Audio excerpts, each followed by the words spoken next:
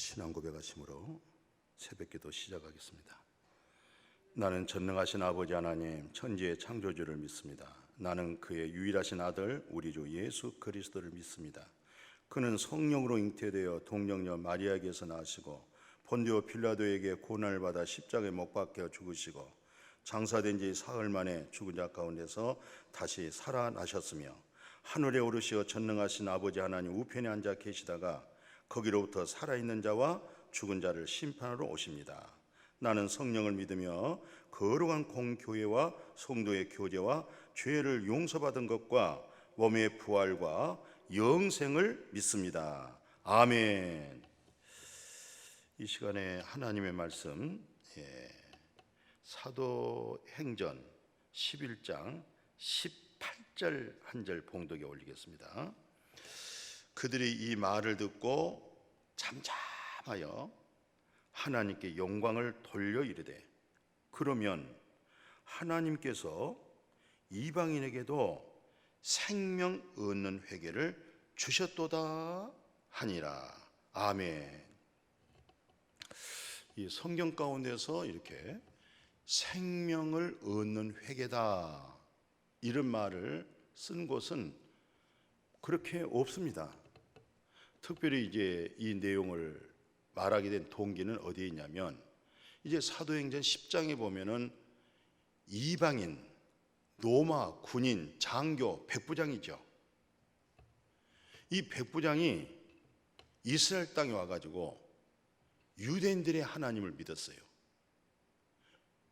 유대인들의 율법을 준수하고 유대인의 신앙으로 경건하고 유대인의 그런 지역에 와서 항상 기도 생활을 했던 거죠. 그러니까 유대인들, 특히 바리새인들의 기도 생활이 얼마나 길게 하고 또 늘 그 길거리 사람들 보는 데서 기도를 하고 있잖아요. 이제 물론 예수님은 그걸 외식자라고 지적은 했습니다만 어떻든 고넬료 백부장 장교 입장에서는 그런 부분을 다 봤던 거예요. 그러니까 자기도 길거리에서는 기도 안 했어도 어떤 대로 성경에서 말한 대로 기도를 많이 했어요. 그리고 많이 구제를 했어요. 그래서 하나님께서 고넬료의 기도가 상달됐고 고넬료의 구제가 하나님께 상달되고 고넬료의 기도가 고넬료의 그 구제가 기억이 됐어요. 그래서 누구를 만나게 했어요? 바로 생명 얻는 회개의 비밀을 알고 있는 사람, 예수 안에 있는 진리를 뚜렷하게 알고 있는 사람, 베드로를 만나게 해줬어요. 그 베드로가 예수 그리스도의 복음을 전할 때 이 백부장 고넬료가 마음의 죄 사함을 받으면서 성령이 임해버렸어요. 그렇게 경건하고 그렇게 기도 생활 많이 하고 그렇게 많이 구제하고 그렇게 온 집으로 더불어 하나님을 경외를 했지만은 가장 심각하고 중요한 게 뭐예요? 마음의 죄 사함 받아본 적이 없었던 거예요. 마음의 죄 없애함을 받은 일이 없었던 거예요. 그러면서도 경건하고 그러면서도 항상 기도하고 그러면서 착하고 선하게 많은 사람을 구제를 했던 거예요. 그것이 하나님께 상달이 되어버렸고 그것이 하나님께 기억이 되어져서 주신 상급이 뭡니까? 베드로를 만나서 죄 사함을 얻고 성령을 받아버린 그것을 일컬어서 생명 얻는 회개다. 오늘 본문에서 하는 얘기예요. 지금 예루살렘이 벌떡 뒤집어졌습니다. 아니 우리 유대인들만 예수 영접해서 하나님의 자녀가 되고 영생 얻는 줄 알았는데 아니 저 이방인 로마 군인 장교가 세상에 예수 영접하고 하나님을 믿는다고 하니 이거 얼마나 소란스러운 일입니까? 아직 이들의 마음의 선입감에서 자기 위에 다른 사람들은 구원을 얻을 수 없다 아마 이렇게 생각이 되어진 것 같아요. 자기 생각이 자기를 붙들고 자기 생각이 자기 속에 마음의 문이 열리지를 못하고 있고 닫혀져 있는 오늘 그런 분들이 얼마나 많습니까? 생명 얻는 회개가 있는 사람들은 마음의 문이 열려져 있어요. 들을 귀가 있어요. 분별의 영을 가지고 있어요. 오늘 우리 성도님들이 마음의 문이 열려서 듣는 귀가 있다고 할 때 얼마나 축복되겠어요. 그래서 오늘 이 본문 내용이 예루살렘 회의가 되어져서 다 한 자리에 모였습니다. 그래서 지금 베드로 입장이 곤란해졌어요. 특별히 할례당들은요 얼마나 강력하게 박해하고 핍박하고 이상한 눈초리로 사도 베드로를 쳐다보고 있는 그들, 아주 의기가 당당하고 율법의 의로 당당했던 이 할례당들, 베드로가 차근차근하게 설명을 했어요. 내가 이렇게 기도 중에 보재기가 하늘에서 내려오는데, 아니 보재기 속에 율법적으로 부정한 것들이 가득 메꿔져 있는데 그걸 잡아먹으라 하니까 내가 이렇게 부정한 것은 먹을 수 없습니다.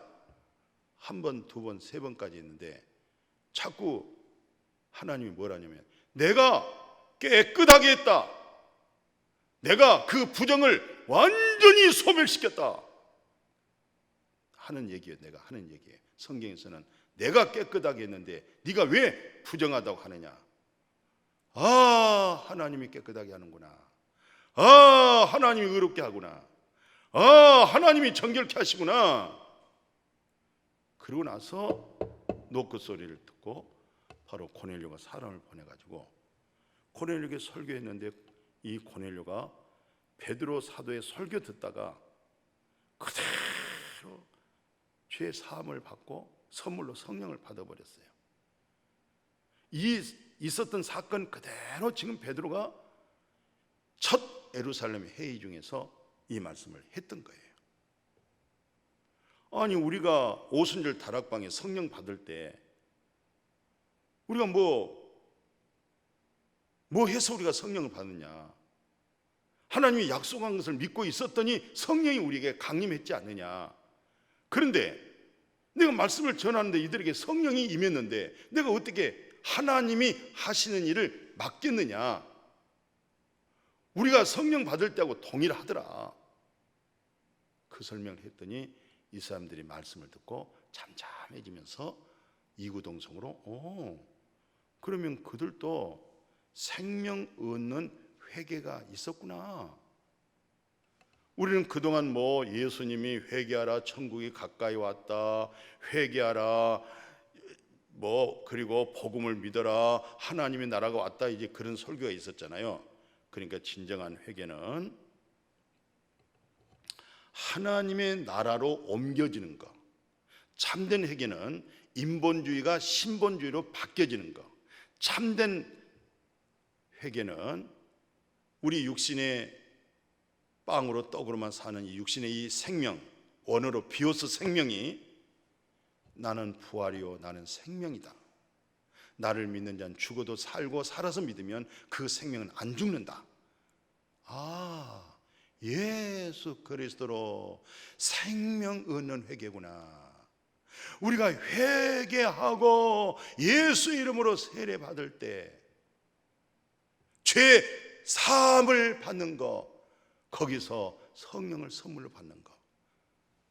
내가 진실로 너에게 이르노니 내 말 듣고 나 보내신 자를 믿는 자는 영생을 얻었고 사망에서 생명으로 옮겨졌고 심판에 이르지 않는 것, 이것을 일컬어서 생명 얻는 회개다.